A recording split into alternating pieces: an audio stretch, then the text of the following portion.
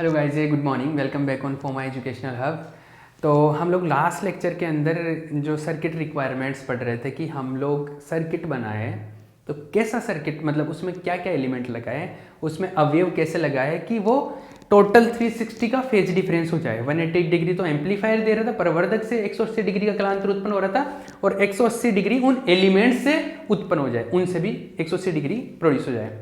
तो उसके लिए हम लोगों ने एक डेरिवेशन किया था, वो डेरिवेशन में हम लोग यहाँ तक पहुँचे थे। ठीक है, अब इसी को कंटिन्यू करते समझो। तो हम लोग Z1, Z2 और Z3 तीन कलांतर उत्पन्न करवाने वाले एलिमेंट लगा रहे हैं। तो Z1 को मैं ऐसे लिख रहा हूँ, Z1 को JX1, आयोटा है, J मतलब X मतलब आयोटा, ये इस तरीके से आपने पहले भी पढ़ा होगा। जैसे कैपेसिटर में लिखते हैं तो हम लोग इसका मतलब, कैपेसिटर में तो इसका मतलब ऐसे हो जाता है 1/j⍵c, इस तरीके से ना। और प्रेरक कुंडली में इसका मतलब क्या होता है, JXL, मतलब इसमें लिखते हैं हम लोग J⍵L, ऐसा होता है, पढ़ा होगा ये। मतलब मैंने भी काफ़ी पहले काम में लिया है, आपके फर्स्ट यूनिट में भी काम में लिया, सेकेंड यूनिट में। तो इस तरीके से ये आगे हो जाएगा, लेकिन अभी मुझे ये नहीं पता कि कैपेसिटर होगा कि इंडक्टर कॉइल। अभी मैं जनरल ले लेता हूँ कि Z1, Z2, Z3 को ऐसे लिख लेता हूँ, JX2, Z3 को JX3। J लिखने का मतलब, J मतलब आयोटा, और आयोटा लिखने का मतलब है, आयोटा एक तरीके से फेज डिफरेंस को शो करता है यहाँ पे कि ये कलांतर उत्पन्न करेंगे। आयोटा का मतलब यहाँ से ये है। तो तीन कलांतर उत्पन्न करने वाले एलिमेंट हो गए, फेज डिफरेंस प्रोड्यूस करने वाले तीन एलिमेंट लगा दिए मैंने। अब देखो इन तीनों का वैल्यू लिख दो यहाँ पे। तो ZR is equal to R0, Z2 का वैल्यू आ गया JX2, Z1 plus Z2, Z1 JX1 plus JX3 upon R0, ये तीनों का वैल्यू रखेंगे तो JX1 plus JX2 plus JX3 plus JX2 JX1 plus JX3, ये लिख दिया मैंने, है ना। क्लियर है? चलो ये बात समझ आती है। इसमें देखो,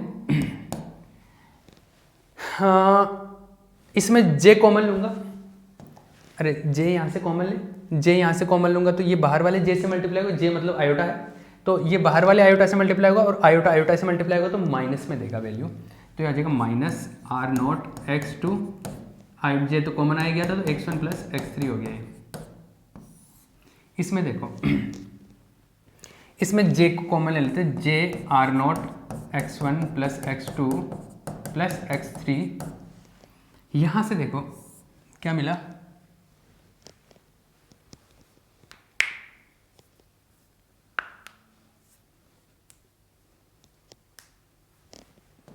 हाँ ये क्या मिला, ये मिला मुझे J कॉमन लिया तो J से मल्टीप्लाई होता है, J स्क्वायर मतलब आयोटा स्क्वायर मतलब -1, तो minus X2 X1 plus X3, ये मिला मुझे ZR।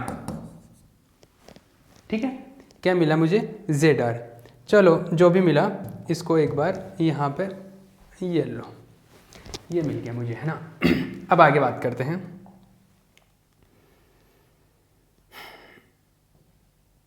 ZR मिला, चलो ठीक है, आगे कुछ करते हैं इसमें। ये मिला मुझे ZR। ठीक है, अब देखो अपना जो सर्किट था ZR मिला ना, ये सर्किट, इसमें देखो आउटपुट वोल्टेज क्या है, आउटपुट वोल्टेज है जो, जैसे आउटपुट का मतलब हो गया यहाँ पर जो भी ड्रॉप होगा वो, है ना, और यहाँ पे क्या ड्रॉप होगा, ZR मल्टीप्लाई इसमें जो भी करंट जाएगा। तो इसके अंदर करंट क्या है, देखो यहाँ पे जो करंट है वो क्या है, उसका वैल्यू क्या है, GMVB। तो ये करंट इधर से ही तो जा रहा है, सर्किट इतना ही तो है, ये सर्किट एक तरीके से देखा जाए तो ये इतना ही सर्किट तो है। तो जो करंट इधर से ये जा रहा है यही तो इधर आ रहा है, GMVBE, ये करंट है इससे जो पास हो रहा है। तो इसका वोल्टेज, यहाँ पर वोल्टेज क्या होगा, वोल्टेज करंट इनटू रेसिस्टेंस। तो करंट तो है ये GMVBE, ये तो करंट है, और वोल्टेज क्या है, सो रेसिस्टेंस क्या है, अरे वोल्टेज क्या होता है I इंटू R, R तो है ZR, और करंट क्या है, करंट है GMVB।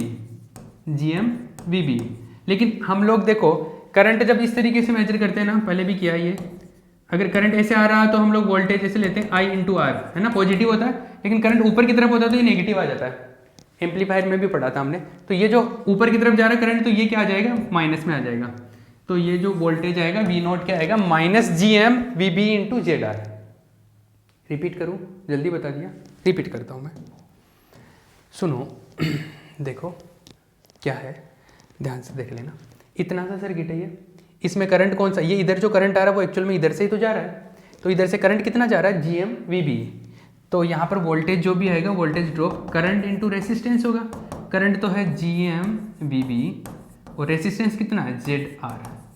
ये मैं बोल रहा था कि वोल्टेज ये आएगा, लेकिन हमारा हम लोगों ने हमने जैसे पहले भी पढ़ा था, ये सिंपल सा लॉजिक है कि करंट नीचे की तरफ आ रहा था तो वोल्टेज हम लोग ऐसे आई इंटू आर ले लेते हैं, लेकिन करंट अगर ऊपर की तरफ गया तो ये माइनस हो जाएगा ना, करंट की डायरेक्शन चेंज होगी, तो ये भी यहाँ पे भी क्या हो जाएगा, करंट ऊपर की तरफ है तो माइनस हो जाता है, ठीक है। तो वोल्टेज यहाँ पे क्या आएगा, G M V B Z R, ठीक है। तो इस इक्वेशन को कुछ मान लो, इस इक्वेशन को अभी तक शायद मैंने इक्वेशन नंबर नहीं लिखा कुछ, तो इसको इक्वेशन नंबर 1 मान लो। तो अब देखो, since V naught is equals to minus G M V B E into Z R, ये होगा, ये क्या है, वी नॉट, ठीक है, ये वी नॉट है। हाँ, इनपुट करंट कौन है, सॉरी इनपुट वोल्टेज कौन है, यहाँ पे देखो अपना सर्किट ये जो था, ये इनपुट वोल्टेज ही है ना, वी बी इनपुट पे लगा हुआ है, तो वी बी इनपुट वोल्टेज है, वी बी इनपुट वोल्टेज है।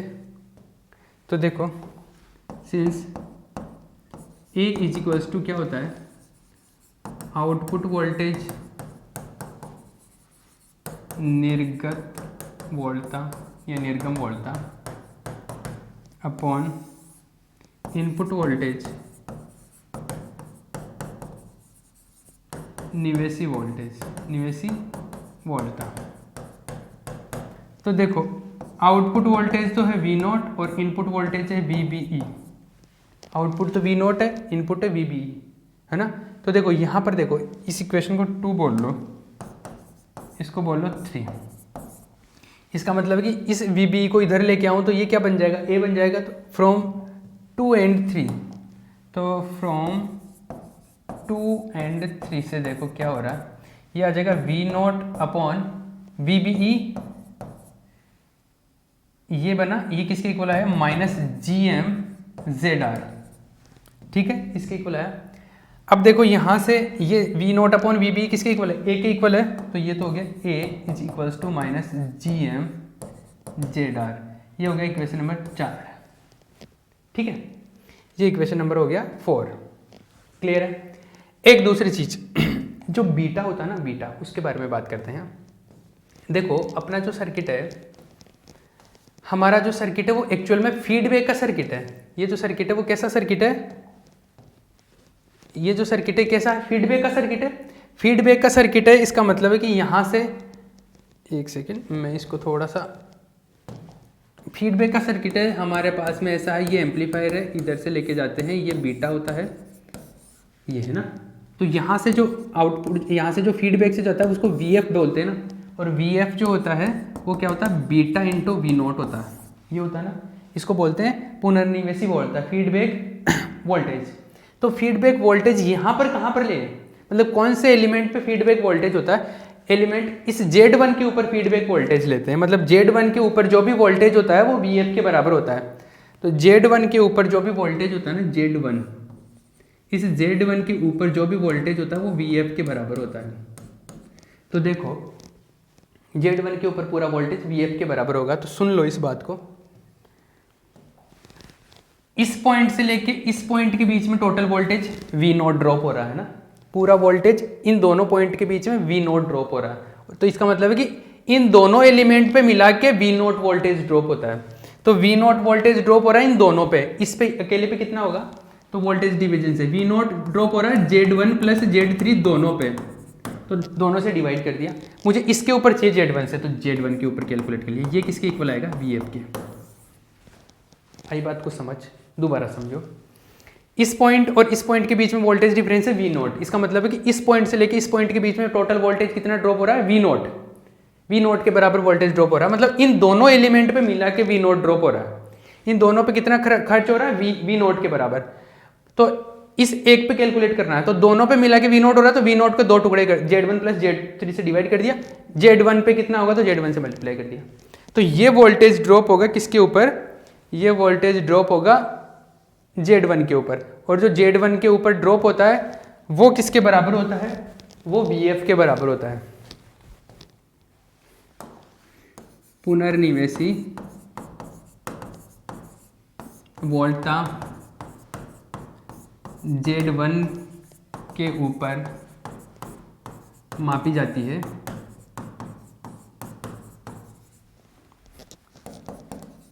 Feedback voltage is measured on Z1, तो VF आएगा V not upon Z1 plus Z3 into Z1, ये आया, ठीक है। और दूसरी चीज, एक कौन सा इक्वेशन हो गया, ये 4 हो गया था, ये इक्वेशन नंबर हो गया 5। एंड सिंस अपने को पता है कि पुनर्निवेशी वोल्टेज जो होता है बीटा टाइम्स V नोट होता है, ये पहले हम लोग पढ़ चुके हैं कि V नोट का बीटा गुना होता है VF, है ना। इसको लिख दिया 6। तो देखो 5 और 6 का तुलना करो, कंपैरिजन करो, कंपेयरिंग 5 एंड 6, कंपेयरिंग 5 एंड 6, 5 व 6 की तुलना करने पर, 5 व 6 की तुलना करने पर, इन दोनों की तुलना करेंगे तो क्या होगा, तुलना करेंगे VF इधर V नोट, तो इसका बीटा किसके बराबर बच गया, ये जो सारा जो बच गया ना, ये इसके बराबर बीटा बच गया। अतः बीटा इज इक्वल टू क्या बचा, Z1 upon Z1 plus Z3, ये मिला बीटा। चलो बीटा का वैल्यू ये मिल गया, बीटा अपने पास में ये है, ए ये मिल गया, बीटा वो मिल गया। तो अब देखो ए और बीटा से हम गेम स्टार्ट करते हैं। Since A beta is equals to क्या होता है, 1 होता है ना, पुनर्निवेशी 2 लीटर के लिए यही तो होता है, ए बीटा इज इक्वल्स टू 1, ये भी होता है बारकाउजन की कसौटी में, एक चीज ये भी होती है। तो ए और बीटा का वैल्यू पुट करो, ए व बीटा के मान रखने पर, बीटा के मान रखने पर, putting the value of A and beta, A तो किधर है, ए रहा, minus GM ZR, minus GM ZR, minus GM into ZR, और बीटा का वैल्यू ये रहा, Z1 upon Z1 plus Z3 is equals to 1, ये होना चाहिए ना। ZR का मान रखो अभी, ZR का मान रखने पर, putting the value of ZR, putting the value of ZR, putting the value of ZR का वैल्यू पुट करो। ZR का वैल्यू क्या है, ZR का वैल्यू है ये, किधर गया किधर गया किधर गया, ये रहा, ये, तो ये वाला वैल्यू पुट कर दो, तो माइनस R0 x2, तो देखो पुट करो, ये आएगा minus GM ZR, sorry ZR का वैल्यू, पहले Z1 लिख देता हूँ, और जो भी है ये Z1 प्लस Z3। अब ZR का वैल्यू पुट करता हूँ, ZR का वैल्यू है, इसको कॉपी कर लेता हूँ यहाँ से, है ना, कॉपी कर लेते, लेट्स कॉपी इट, कॉपी कर लिया। चलो इस ZR का वैल्यू पुट कर दो, ZR का वैल्यू पुट करेंगे तो ये आएगा, ये लो, ये है ना, ये मल्टीप्लाई हो गया है ना यहाँ पे, और ये माइनस था, तो माइनस और माइनस, इसमें ऑलरेडी माइनस था, तो ये माइनस माइनस प्लस हो गया, ठीक है, और ये किसके इक्वल आ गया, 1 के इक्वल आ गया। अब देखो इसमें कुछ कैंसिल आउट हो रहा है, ये Z1 प्लस Z3, चलो अभी मैंने इसका वैल्यू नहीं लिखा ना, हाँ देखो ये GM, Z1 का वैल्यू क्या लिखा था, JX1, तो इसका आएगा JX1 अपॉन, इसमें क्या आएगा JX1 प्लस JX3, तो X1 प्लस X3, और J कॉमन ले लिया, ये लो, ठीक है। यहाँ पे जो बचा वो है R0 X2 X1 plus X3, और इसमें है देखो J R0 X1 plus X2 plus X3 minus X2 X1 plus X3 is equal to 1। ठीक है। हाँ अभी आएगा क्या, ये देखो जे से जे कैंसिल आउट हो गया, यहाँ पे जे से जे कैंसिल आउट हो जाएगा, जे से जे कैंसिल आउट हो गया, x1 प्लस x3 से कैंसिल आउट हो गया, तो क्या बचा G M x1 x2 R naught upon ये बचा J R naught x1 plus x2 plus x3 minus x2 x1 plus x3 is equals to 1। अब सुनो, इधर है ये वाला वैल्यू और इधर है ये, दिख ही रहा है वैसे तो ये, बट इसका मतलब क्या है, इसका मतलब है कि इधर देखो ये केवल 1 है, मतलब इधर काल्पनिक भाग नहीं है। अरे कोई भी अगर कॉम्प्लेक्स क्वांटिटी होती है उसमें दो पार्ट होते हैं, a प्लस आयोटा b, ऐसे होता है ना, एक इमेजिनरी जो सॉरी क्या बोलते हैं उसको, कॉम्प्लेक्स नंबर है, सम्मिश्र संख्या, इस तरीके से होती है। इसमें रियल पार्ट तो इमेजिनरी पार्ट क्या है, 0 है, मतलब ये प्योर रियल नंबर है, तो इमेजिनरी पार्ट 0 है, मतलब काल्पनिक भाग 0 है। तो इधर प्योर रियल है तो इस तरफ भी प्योर रियल होना चाहिए। अरे इक्वेशन का मतलब क्या होता है कि दोनों तरफ बराबर बराबर चीजें होनी चाहिए। इधर केवल रियल है तो इधर भी रियल होना चाहिए, इधर इमेजिनरी 0 तो इधर भी इमेजिनरी 0 होना चाहिए। तो इधर देखो इमेजिनरी कौन बना रहा है, इधर ये आयोटा वाला टर्म ये है, तो ये इमेजिनरी बना रहा है एक तरीके से, है ना। तो इसका मतलब है कि ये रियल होने के लिए इधर का भी इमेजिनरी 0 होना चाहिए। अतः काल्पनिक भाग 0 होगा, इमेजिनरी पार्ट विल बी 0, काल्पनिक भाग 0 होगा, 0 होगा, imaginary part will be 0, imaginary part will be 0, imaginary part will be 0, और इमेजिनरी पार्ट 0 होगा तो मतलब ये 0 होगा, ये are not x1 plus x2 plus x3 क्या होगा 0। आर नॉट तो उधर 0 में चला जाएगा, तो क्या बचा हमारे पास, बचा x1 plus x2 plus x3 should be 0। तो इसका मतलब ये हो गया x1 plus x2 is equal to minus x3। यहाँ से ये बात समझ में आई। इससे क्या कंक्लूजन निकलता है, एक बार मैं टाइम का आइडिया ले लेता हूँ फिर हम कंटिन्यू करते हैं। We have enough time.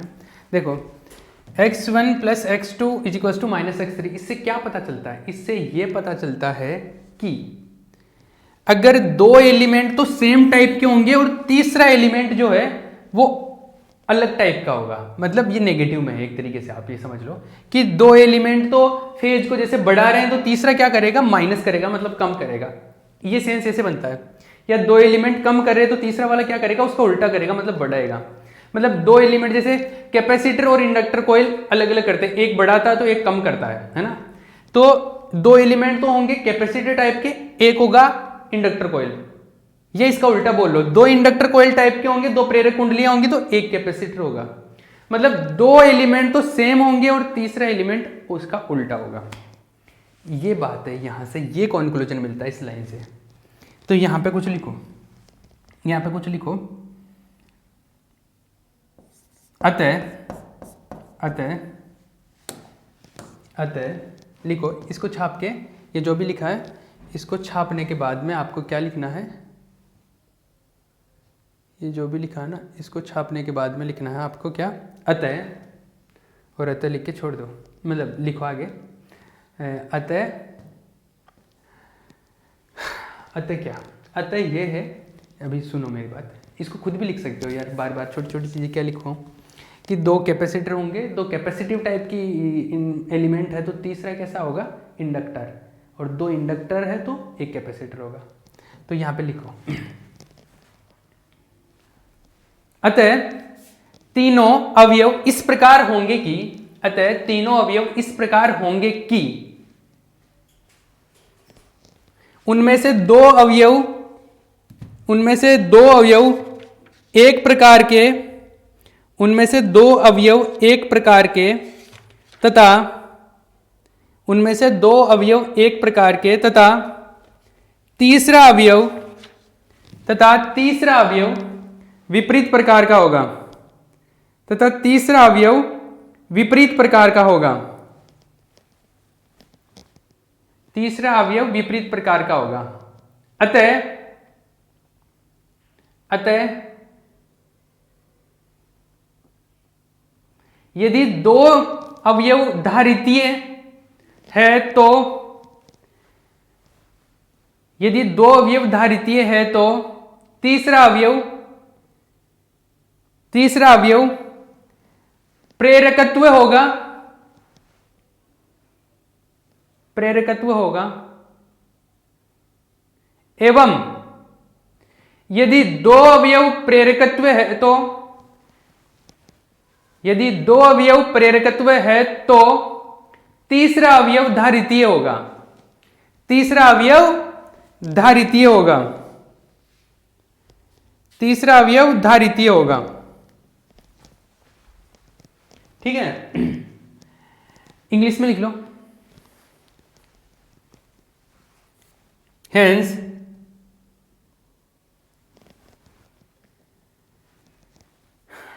out of three elements, two elements will be same type, two elements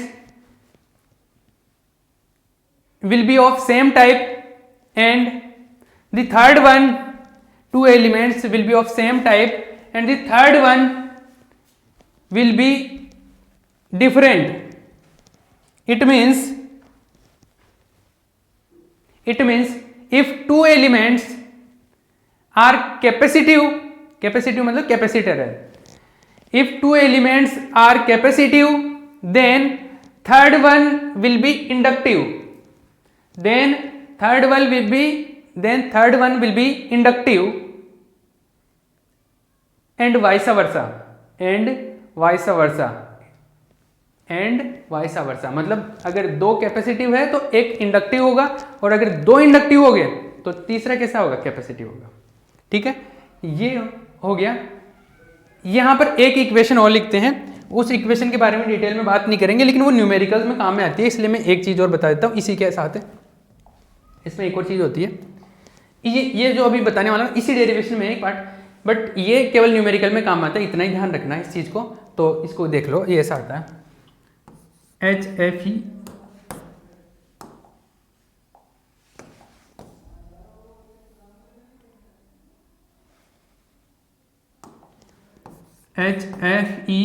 is equal to होता है -x1 + x3, x2 होता है कि x3 होता है,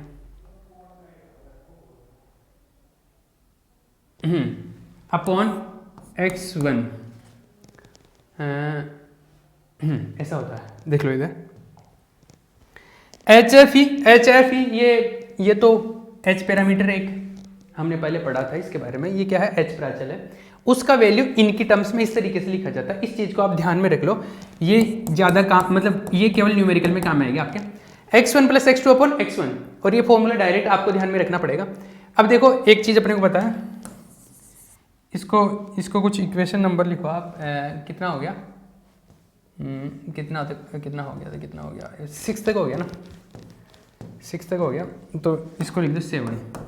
एक तो ये सिंस अपने को एक चीज़ ये भी पता है, x1 + x2 + x3 क्या होता है, 0 होता है, तो x1 + x3 अगर कैलकुलेट करूँ तो क्या मिलेगा, -x2, तो इसको 8 कर देता हूँ। मुझे x1 + x3 का वैल्यू पुट करना है, तो ये तो अपने को पता है 0 होता है, तो x1 + x3 क्या हो गया, -x2, तो 7 8 से देखो, बाय 7 and 8 से क्या होगा, HFE is equals to x1 + x3 -x2, तो minus plus x2 upon x1, ये मिला HFE का वैल्यू। आई बात समझ में, ये HFE वाला वैल्यू है ना, ये न्यूमेरिकल्स में काम आता है। ठीक है, ये मिल गया अपने को HFE का, ये यहाँ से ये पता चल गया। तो ये सर्किट की रिक्वायरमेंट ऐसी है, परिपथ, ये जो टॉपिक चल रहा था सर्किट रिक्वायरमेंट्स वाला चल रहा था कि परिपथ की क्या आवश्यकता होनी चाहिए स्वतः उत्तेजित दोलित्र के लिए, सेल्फ एक्साइटेड ऑसिलेटर के लिए सर्किट की रिक्वायरमेंट्स ऐसी है कि उसमें अगर आप 2 कैपेसिटर लगा रहे हो तो एक इंडक्टर कॉइल लगाना पड़ेगा, और अगर 2 इंडक्टर कॉइल लगा रहे हो, 2 प्रेरक कुंडली लगा रहे हो तो एक कैपेसिटर मतलब एक संधारित्र लगाना पड़ेगा। इस तरीके से लगाओगे ना तभी वो बार्कहाउज़ेन की कसौटी की पूरा करेगा, वो क्राइटेरिया तभी फुलफिल हो पाएगा, और वो फुलफिल होगा तभी वो चीज़ें सारी सेट होगी। तो उसके लिए ये यहाँ से इस इक्वेशन से पता चलता है कि 2 अगर संधारित्र लगा रहे हो तो एक इंडक्टर कॉइल लगानी पड़ेगी, 2 इंडक्टर कॉइल लगा रहे हो तो एक संधारित्र लगाना पड़ेगा। ये तो पूरा एक बेसिक आइडिया है कि इस तरीके से हम लोग 2 लीटर बनाते हैं, लेकिन ऐसा ही नहीं है, और भी टाइप से बनाते हैं। अभी जैसे हम लोग 3-4 टाइप के 2 लीटर देखेंगे, 3-4 टाइप के ऑसिलेटर पढ़ेंगे, उनमें ये चीज़ पता चलेगी आपको कि अच्छा हाँ 2-3 टाइप के लगाते हैं, इस तरीके से बनता है। क्लियर है? चलो, ये जो मैंने ये सिद्धांत, ये जो थ्योरी बताई है ना, ये थ्योरी बड़ी काम की है। ये थ्योरी बार बार यूज करूंगा मैं, तो इसको अच्छे से देख लेना। अब जो 3-4 टाइप के ऑसिलेटर पढ़ेंगे ना, उनका एनालिसिस जब करेंगे ना, तो ये थ्योरी काम में लूंगा मैं। ठीक है? ये वाला ये न्यूमेरिकल पर्पज से काफ़ी काम में आएगा। ये वाला ये न्यूमेरिकल्स में काम में आएगा। ये फॉर्मूला और ये फॉर्मूला न्यूमेरिकल्स में काम में आएगा, न्यूमेरिकल्स में काम में आएगा भैया। ठीक है? ये दोनों, तो आपको ये चीज़ भी ध्यान रखनी है। आगे वाले लेक्चर के अंदर हम लोग कैपेसिटर जो ऑसिलेटर के 4 टाइप देखेंगे। वैसे तो 5 टाइप का होता है, लेकिन मैं 4 ही पढ़ाऊंगा यहाँ पे। 4 टाइप देखेंगे और उनको थोड़ा सा डिटेल में डिस्कस करेंगे। ठीक है? मैं पहले तो उनको चारों को एक साथ बता दूंगा ताकि आपको एक बार याद हो जाए उनके सर्किट। ठीक है? फिर आगे हम डिस्कस करेंगे। क्लियर है? चलो।